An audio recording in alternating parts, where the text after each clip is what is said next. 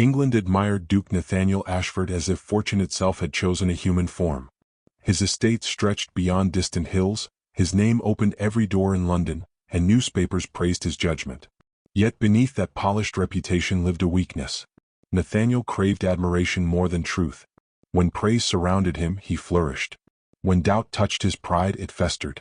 His wife, Lady Evangeline Ashford, understood this flaw better than anyone. Gentle without being weak, graceful without seeking attention, she loved him with a patience that often concealed her own loneliness. 7 months pregnant, she spent her days imagining the child who would soon complete their family. Evangeline believed happiness was built through small acts rather than grand declarations. She walked through the gardens, one hand resting protectively upon her growing belly, speaking softly to the unborn child as though he could already hear her voice. Servants adored her because she remembered their names. Villagers respected her because she listened before speaking. Even during difficult seasons, she carried warmth wherever she went. The future seemed secure. The Ashford line would gain an heir, and the grand house that overlooked the countryside would finally echo with laughter. At least, that was the future Evangeline believed awaited her. The first shadow arrived wearing a beautiful smile. Lady Celeste Whitmore entered society with ease, captivating rooms before she had spoken more than a handful of words. Her beauty attracted attention, but her ambition proved far more powerful. Celeste saw influence as a prize and affection as a tool. When Nathaniel became fascinated by her wit and charm, she recognized an opportunity too valuable to ignore. She studied his habits carefully. She noticed his vanity, his jealousy, and his hunger for admiration.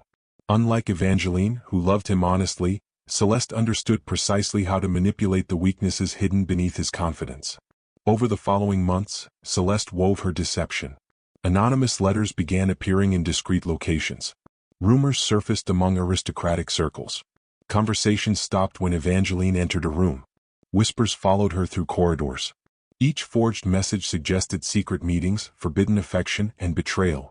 None of it was true, yet every lie was designed to appear convincing. Nathaniel initially dismissed the accusations. He wanted to trust his wife. However, every false clue arrived at exactly the right moment. Doubt entered his mind quietly, then settled there like poison. Celeste never pushed too hard. She simply allowed suspicion to grow where trust had once lived. Evangeline sensed the distance before she understood its cause. Nathaniel became colder during meals. His smiles disappeared. Questions lingered behind his eyes. Whenever she reached for his hand, he seemed distracted by thoughts he refused to share. She tried speaking, hoping honesty would bridge whatever gap had formed between them. Instead, their conversations ended with uncomfortable silence. The closer she moved toward him, the further away he seemed to drift. Still, she remained hopeful. She believed love could survive uncertainty. She believed the child they awaited would remind him of everything they had built together. That hope shattered on the evening of the Ashford Winter Ball. Crystal chandeliers illuminated the ballroom. Musicians filled the air with elegant melodies. Noble families gathered beneath golden light, enjoying the season's most celebrated event. Evangeline descended the staircase in a pale gown that gracefully framed her pregnancy. For a brief moment, applause greeted her appearance.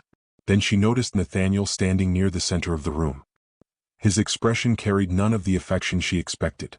Celeste stood nearby, silent and watchful.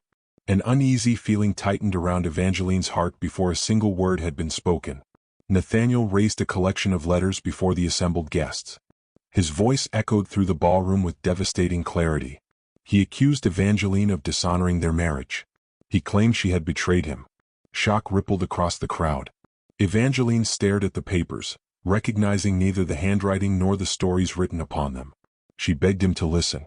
She pleaded for reason. Tears gathered in her eyes as she explained that the accusations were lies. Yet Nathaniel, blinded by wounded pride and carefully engineered suspicion, refused to hear her. Every denial sounded like further evidence to a man determined to believe the worst. The silence that followed felt crueler than any spoken insult. Hundreds of guests watched without intervening. Evangeline instinctively placed both hands across her baby bump, protecting the child from a world that suddenly seemed hostile. Nathaniel's gaze hardened. Before everyone present, he declared that the unborn child could not be his. The word struck. A collective gasp swept through the ballroom. Evangeline felt the ground beneath her certainty disappear. As she stepped backward, her trembling fingers lost hold of her wedding ring. It slipped free, rolled across polished marble, and came to rest near Celeste's feet. Nathaniel reached for Celeste's hand instead of his wife's. With ruthless finality, Nathaniel stripped Evangeline of her title and ordered her banishment. The decision spread through the ballroom like a cold wind. Some guests lowered their eyes in shame. Others watched with fascination. No one challenged him. Outside, rain battered the windows while thunder growled across the dark countryside. Escorted through corridors she once considered home, Evangeline struggled to contain her grief. Portraits of generations seemed to observe her departure in silence. At the entrance she paused and looked back. Every dream she had nurtured within those walls now belonged to someone else. Then the doors closed behind her. The storm waiting beyond the estate felt alive. Rain lashed against the carriage as horses fought through mud and darkness. Alone except for her thoughts, Evangeline held her stomach and whispered promises to the child she refused to abandon. Behind her, the lights of Ashford Hall vanished into the night. Ahead lay only uncertainty. Hours later, near the border of a neighboring kingdom, a crack shattered the darkness. The carriage lurched sideways. Wood splintered. Horses screamed. As the world overturned around her, Evangeline saw a flash of lightning illuminate the road, and then everything disappeared. Pain returned before memory. Evangeline awakened to the scent of burning wood and medicinal herbs, her body aching as though every bone had been shattered and carefully rebuilt. For several long moments she could not understand where she was. Rain no longer struck against carriage walls. Thunder no longer echoed through darkness. Instead, warm firelight flickered across a stone ceiling high above her. Strange voices moved quietly beyond the room. As fragments of memory returned, so did terror. The accusations. The ballroom. Nathaniel's cold rejection. The violent crash. Instinctively, she placed both hands upon her stomach.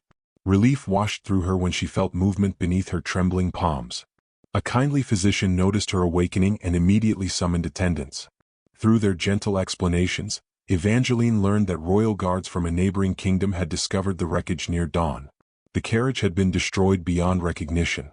Several men believed no one could have survived. Yet somehow she had endured. The physician explained that her condition remained fragile and that the coming weeks would require rest.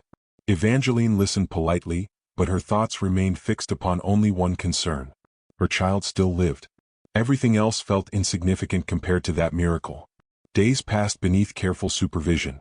Though physically weakened, Evangeline's determination remained unbroken. She rarely spoke of England or the husband who had abandoned her. The wound inside her heart felt too raw for words. Instead, she focused upon the life she carried. Each morning she sat near a tall window overlooking distant mountains and imagined a future she would create with her own strength. The future looked nothing like the one she had once planned. Yet for the first time since her banishment, survival seemed possible.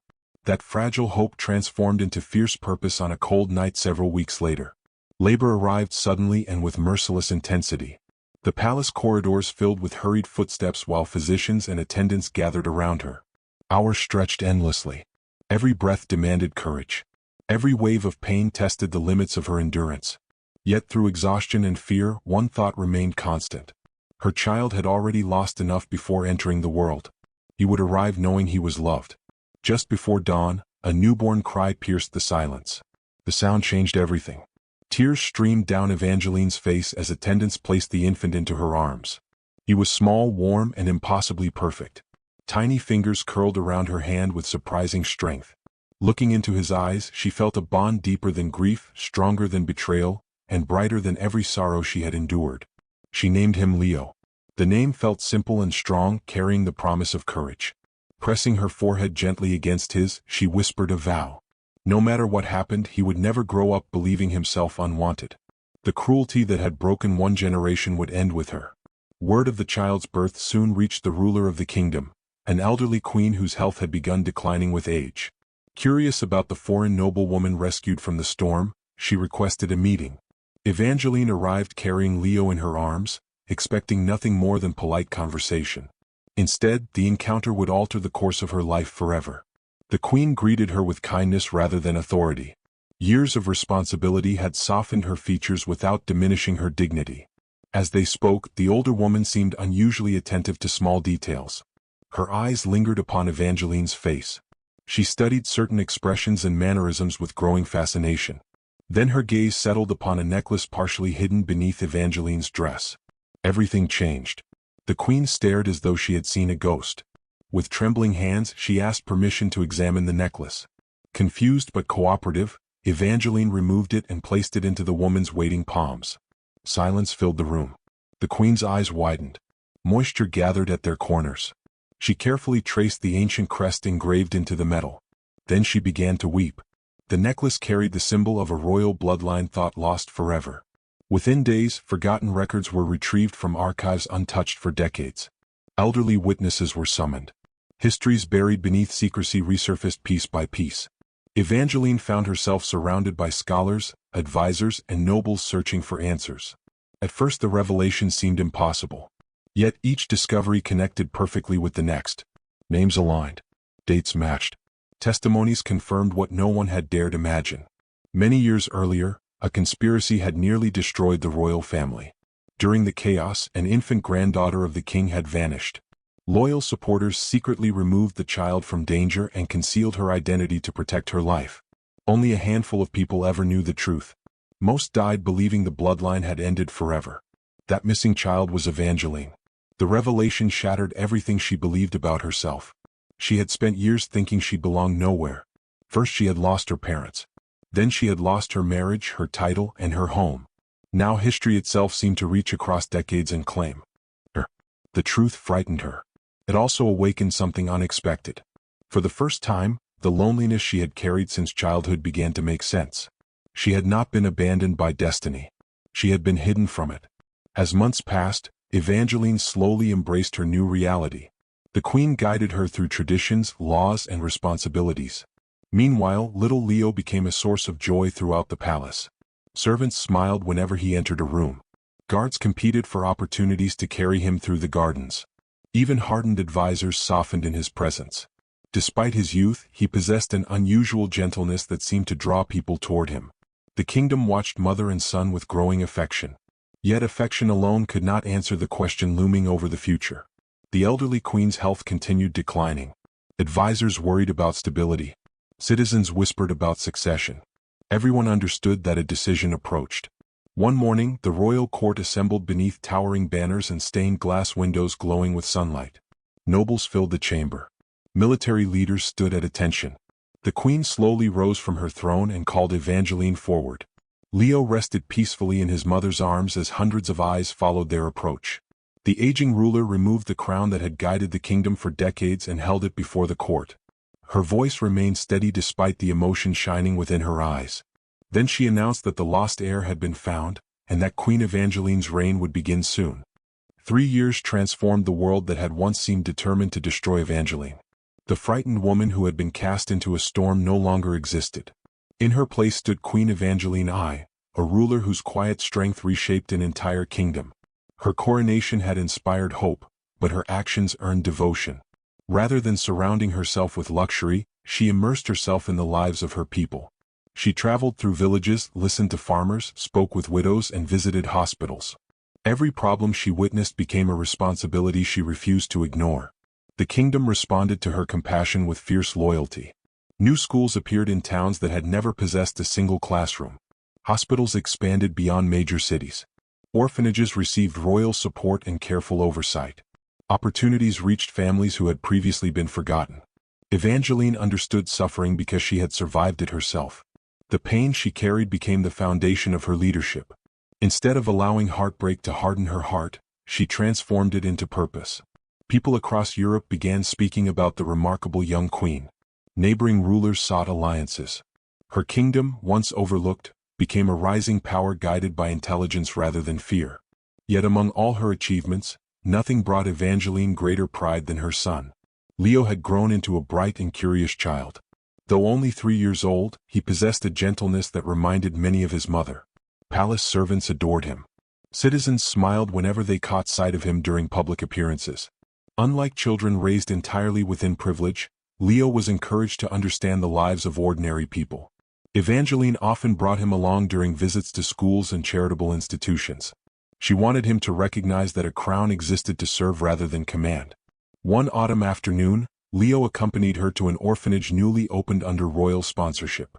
During the meal, Leo noticed a younger child quietly staring at a piece of bread. Without prompting, he carried his own plate across the room and offered half his food. News of the moment spread throughout the capital. Citizens saw not merely a future prince but a boy learning kindness from a mother who valued compassion above status. While Evangeline's life ascended toward fulfillment, Nathaniel Ashford's world moved steadily in the opposite direction. The Duke still possessed wealth and influence, but both had begun eroding. The confidence that once defined him had faded. Celeste Whitmore now occupied the place Evangeline had once held, yet the triumph she desired brought little peace. Her demands grew increasingly extravagant. Expensive purchases multiplied. Investments failed. Trusted advisors resigned. Estate revenues declined. Every year seemed to expose another crack in the foundation of Nathaniel's life. More troubling than financial losses was the growing emptiness he could not escape. The excitement that Celeste once inspired gradually disappeared. Conversations that had once felt captivating now sounded shallow. Nathaniel increasingly found himself haunted by memories he had spent years avoiding. A glance toward a garden path reminded him of Evangeline walking among flowers. A familiar melody recalled evenings they had shared before suspicion poisoned everything. Regret entered quietly, then settled into every corner of his life. The truth arrived through an unexpected source. A former household servant requested a private meeting. The woman appeared frightened but determined. She carried documents preserved for years and explained that her conscience could no longer tolerate silence. Nathaniel listened impatiently at first. Then the evidence appeared before him. Letters. Dozens of them. Not secret messages from Evangeline, but drafts written by Celeste herself. Handwriting experts confirmed similarities. Additional witnesses emerged. More documents surfaced. Piece by piece the deception unraveled. Servants admitted they had been pressured into spreading rumors. Messengers revealed payments. Records exposed carefully planned manipulation stretching back years. Nathaniel spent an entire night reviewing every detail. By dawn, denial had become impossible. Evangeline had never betrayed him. She had never broken her vows. The child she carried had always been his son. The realization struck with a force greater than any public humiliation. He remembered her standing beneath glittering chandeliers, desperately pleading for trust. He remembered the terror in her eyes when he accused her before hundreds of guests. Most painfully, he remembered refusing to listen. No conspiracy had destroyed his family. Celeste had provided lies, but he had chosen to believe them. 4 hours he remained alone in his study. Eventually, his gaze drifted toward a portrait hanging on the far wall. It depicted Evangeline during the first year of their marriage. The artist had captured her gentle smile with remarkable accuracy. Nathaniel stared at the painting as memories flooded back. He saw the woman who had loved him faithfully. He saw the future he had shattered with his own hands. For the first time since her banishment, he wept openly. The scandal that followed consumed high society. Evidence against Celeste became impossible to suppress. Newspapers reported every revelation. Invitations vanished. Former allies distanced themselves. Public admiration turned into condemnation. The same circles that had once celebrated her beauty now treated her as a symbol of deceit. Celeste attempted to defend herself, but facts proved stronger than performance.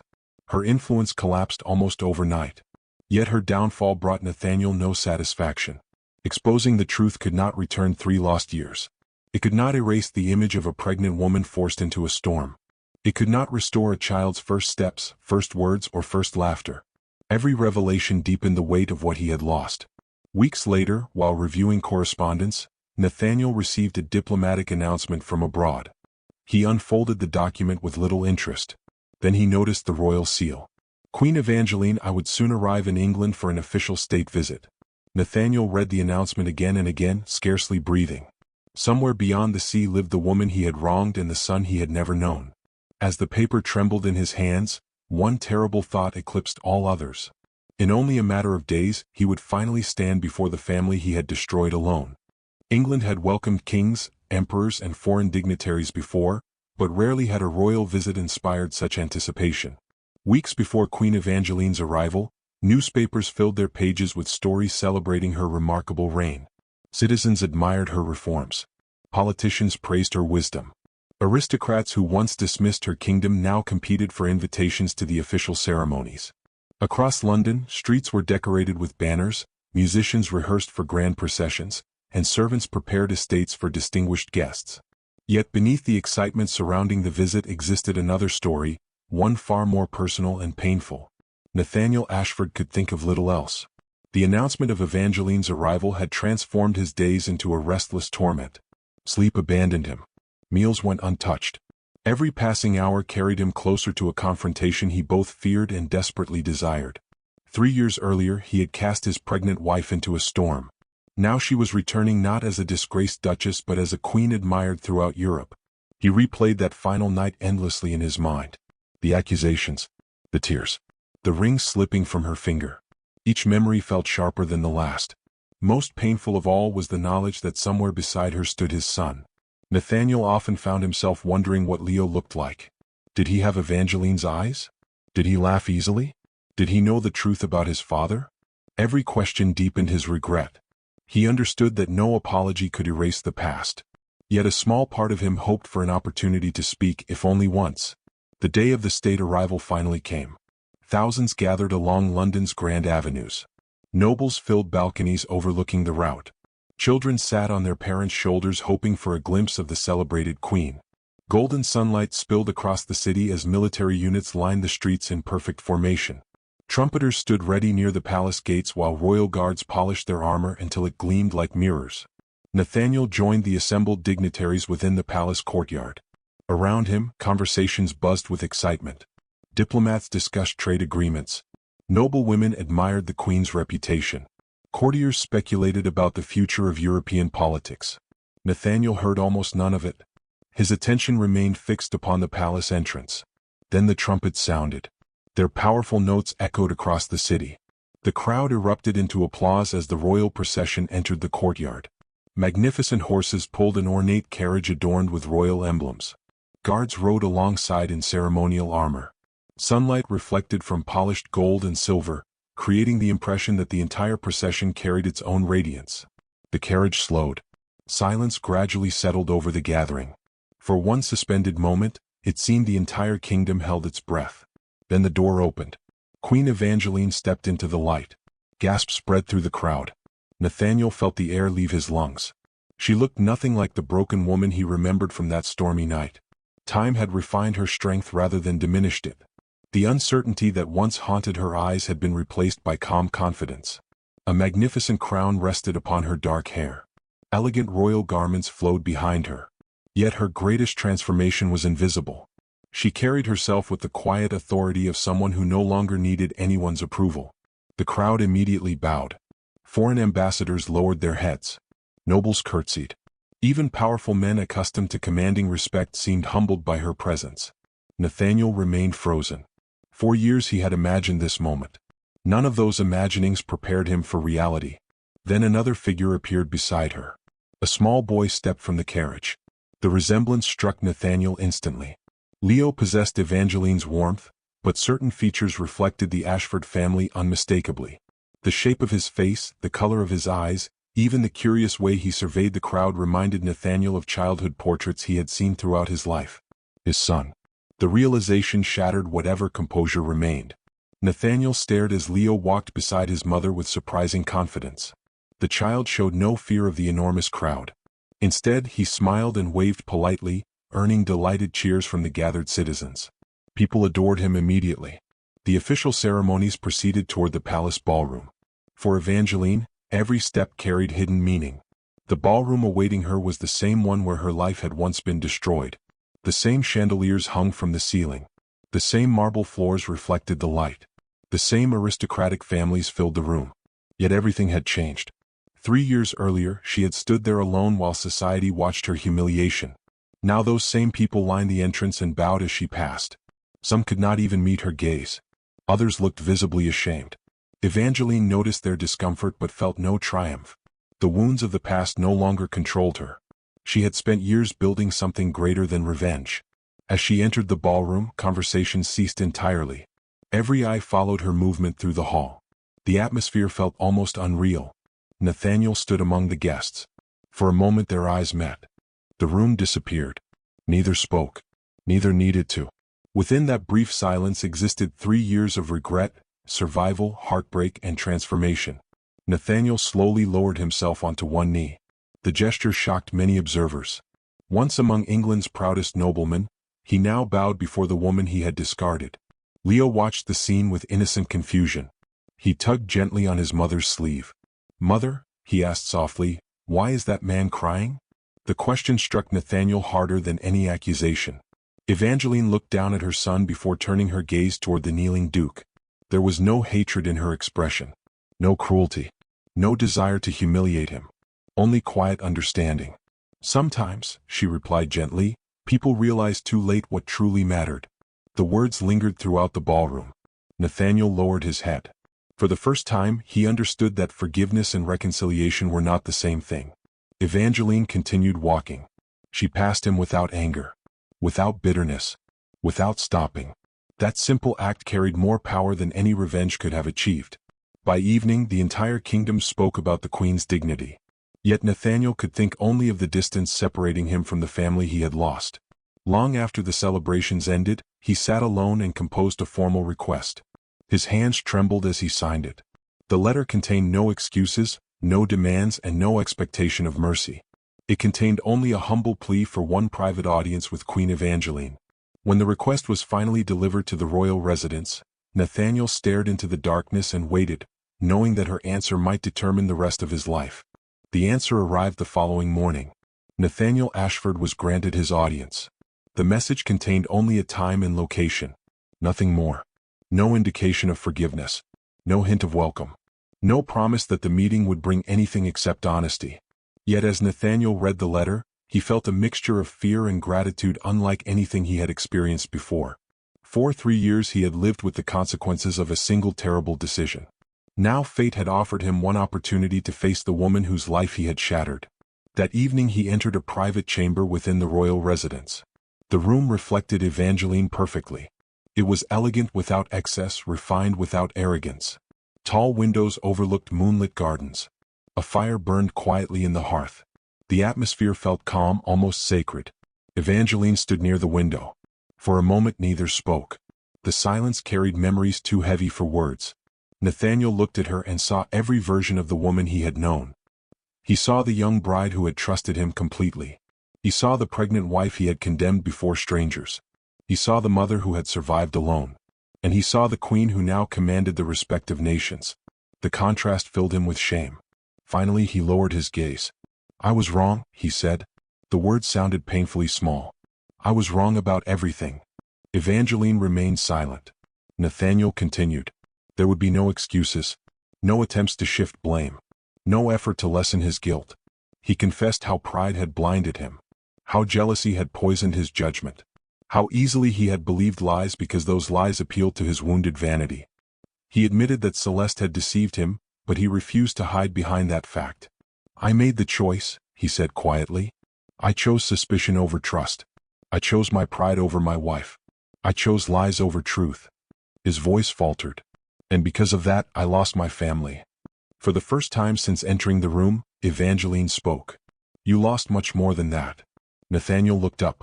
There was no anger in her expression. That somehow made the moment harder. "The woman who stood before you that night loved you completely," she said. "She would have forgiven almost anything if you had simply listened." Nathaniel felt the truth of those words like a blade, because he knew they were true. The greatest tragedy was not that Evangeline had stopped loving him.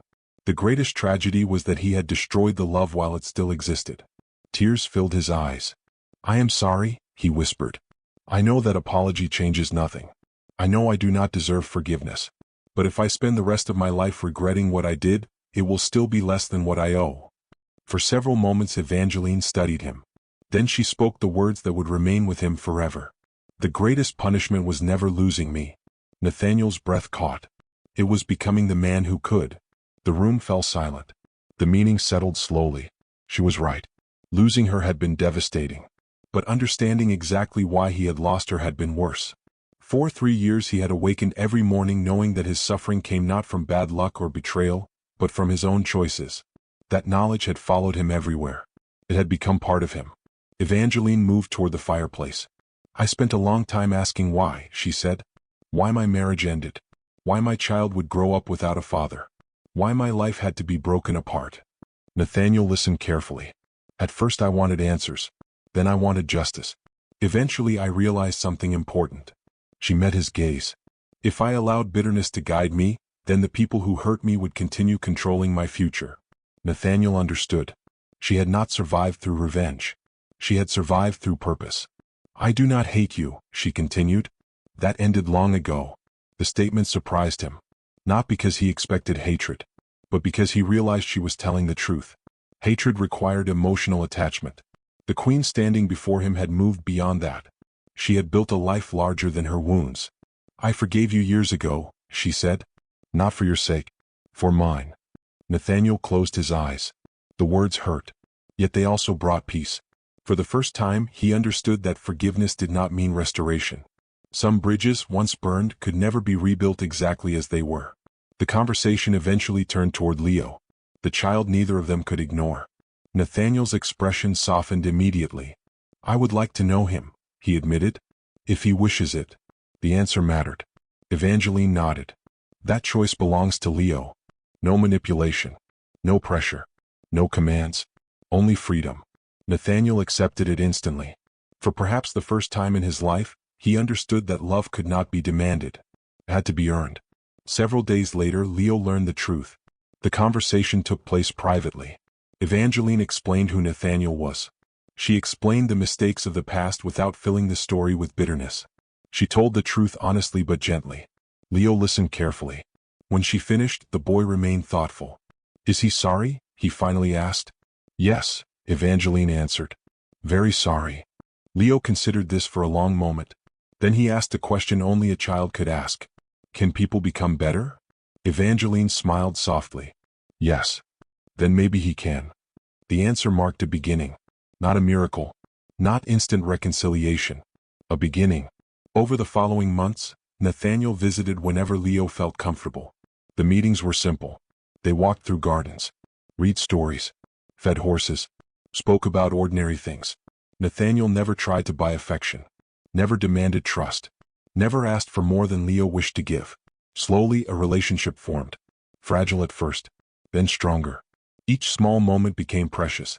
For Nathaniel, every smile felt like a gift he had no right to receive. Yet redemption required more than rebuilding personal relationships. It demanded action. Nathaniel began examining his life with ruthless honesty. The wealth he had once valued now seemed strangely empty. He remembered the schools Evangeline had built, the hospitals she had funded, the opportunities she had created for others. Instead of admiring those accomplishments from afar, he decided to contribute. Large portions of his estate were sold. The decision shocked society. Many believed he had lost his mind. Others assumed he sought publicity. Neither explanation was correct. Nathaniel simply understood that privilege carried responsibility. Across England, schools began appearing in neglected communities. Shelters opened their doors to struggling families. Scholarships were established for children who otherwise would have remained trapped by poverty. The projects carried no grand monuments to Nathaniel's name. That was intentional. For once, recognition mattered less than results. Years passed. Leo grew older. His relationship with Nathaniel deepened naturally. Not because anyone forced it, because trust had been earned one day at a time. Nathaniel never became the father Leo should have had from birth. Nothing could erase those lost years. But he became something meaningful nonetheless. A father trying every day to deserve the title. Meanwhile, Queen Evangeline's reign flourished. Her influence extended far beyond her kingdom's borders. Other nations adopted reforms inspired by her successes. Her reputation became legendary. Yet despite admiration from powerful rulers and countless proposals from noble families, she never remarried. The choice confused some observers. Others romanticized it. The truth was simpler. Her happiness no longer depended upon marriage. She had discovered fulfillment through service, motherhood, friendship, and purpose. Her life was already complete. 10 years after her coronation, a grand ceremony was held to celebrate the opening of the largest children's academy in Europe. Leaders from numerous nations attended. Citizens filled the surrounding streets. The academy represented everything Evangeline believed a kingdom should be: compassionate, ambitious, and devoted to future generations. As she stood before the assembled crowd, applause thundered across the city. Among those watching stood Nathaniel. Older now, humbler, changed. He no longer looked like the proud duke who had once ruled through certainty. Life had refined him through regret, responsibility, and hard-earned wisdom. Beside him stood Leo, no longer a child, not yet a man. The future shining brightly before him. As the ceremony concluded, Leo looked toward his mother and father. One had taught him compassion. The other had taught him that redemption was possible. In that moment he understood the legacy both had given him. The crowd cheered as Queen Evangeline stepped forward to dedicate the academy. Sunlight reflected from her crown. Children laughed nearby. Hope filled the air. Nathaniel joined the applause, not as a husband seeking another chance, but as a man grateful simply to witness the life he once nearly destroyed. History would remember many things about Queen Evangeline. It would remember her wisdom, her courage, and her extraordinary reign.